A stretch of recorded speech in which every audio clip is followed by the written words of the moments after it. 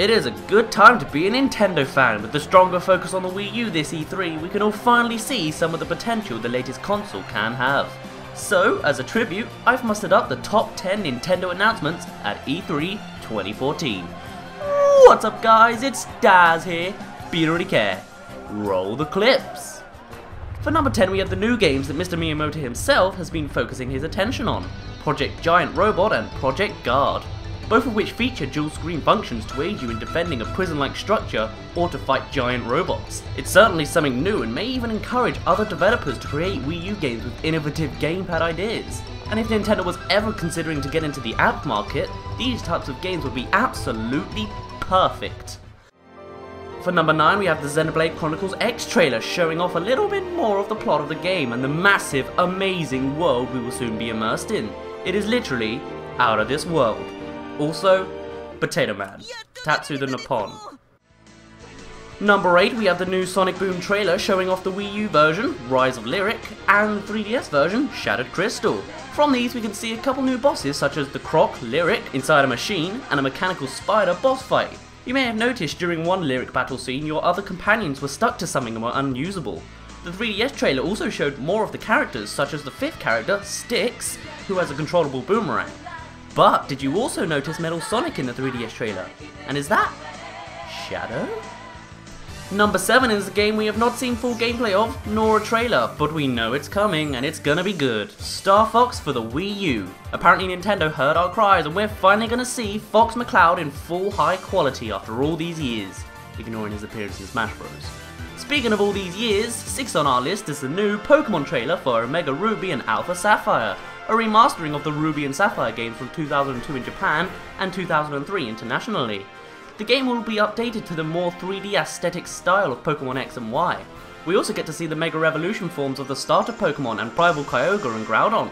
Nostalgia is a bit of an understatement. And hey, we can finally see the male trainer is wearing a white hat and not having white hair. Now it's time for a spin-off of an already popular franchise. Number 5, Hyrule Warriors, aka the Dynasty Warriors version of The Legend of Zelda. This year we saw a trailer of the game revealing the playable availabilities of Zelda, who can use her light arrows to pierce through a crowd, and Midna, and Wolf Link, who can smash enemies with a massive Twilight Ball in very Dynasty Warriors style. There's also Impa in a more aquatic theme of attacks, Ganondorf, the Hookshot, and the Great Fairies. Ugh. While the Dynasty Warriors style may seem a bit more dirty when looking at certain character designs and poses, a game that is completely messy is number 4, Splatoon. This game is a new cartoon shooter where 2 teams of 4 players have the objective of splattering the arena with their colour of ink. The characters in the game also have the ability to become a squid to slide through ink of their own colour and slip through more grid-like panels. With this concept there are many interesting strategies such as stealthily hiding in your own ink, running forward all squirt guns blazing, or defending your base and splattering everywhere. My inner 6-year-old is certainly intrigued. Sticking to a more cartoon theme, we have at number 3, Yoshi's Woolly World, which looks so adorable! With a similar experience to Kirby's Epic Yarn, Yoshi and an optional second player get to traverse a world created entirely out of wool. And contrary to Kirby's design, the wool in Yoshi's Woolly World is full and 3D, as opposed to a single thread of yarn, creating a more 2D effect. The game also seems to include new ideas such as chicken replacements for eggs which give you a line of cloud to walk on. Oh, it's just so adorable. Number 2 has the predictable one, the new Zelda U.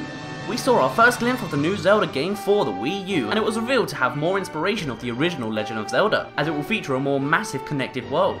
We may even get to target temples in our own order again, much like Link Between Worlds. The aesthetic design still has some cel shading, but it still looks interesting to me, especially Link's new design.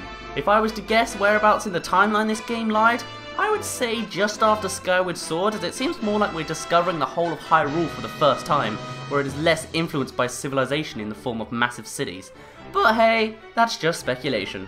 The reason it's only number 2 is because not much was shown, so I was a little disappointed. And before we go to number 1, here are 5 honourable mentions. Mario Party 10. Although it's still crammed in a stupid vehicle, the idea of playing as Bowser is definitely interesting. Bayonetta 2. I honestly don't know what to say. All I know is ankle guns. It looks badass, it plays badass, and it probably is badass.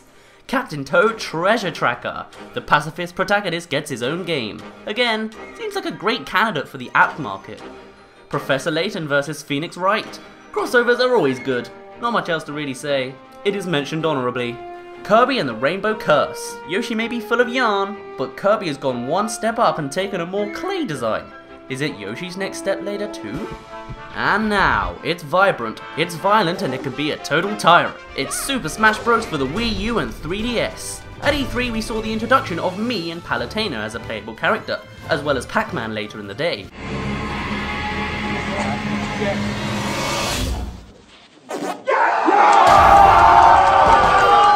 On top of that, we were also blessed with a battle between Reggie Fils-Aimé and Satoru Iwata. We were also introduced to the concept of Amiibo, where figurines can be scanned by Nintendo devices and used to aid you in-game. It's certainly an innovative idea. Amiibo. Amiibo. Umiibo. Umiibo. Moving on, the greatest part of E3 for Nintendo by far was the first ever Invitational Super Smash Bros. Tournament. For me, it easily stole the show. I don't think I've ever been more hyped for anything like this. When you get reactions like this from the crowd... Who's gonna get it, people? Mega Man! Mega Man! The super fighting robot! Oh, wait! Oh, he got one, he got one! Super fighting robot! Mega Man! Fighting to save the world! You know you're doing something damn right. My name's been Daz, you didn't really care, and I'll see you in a bit.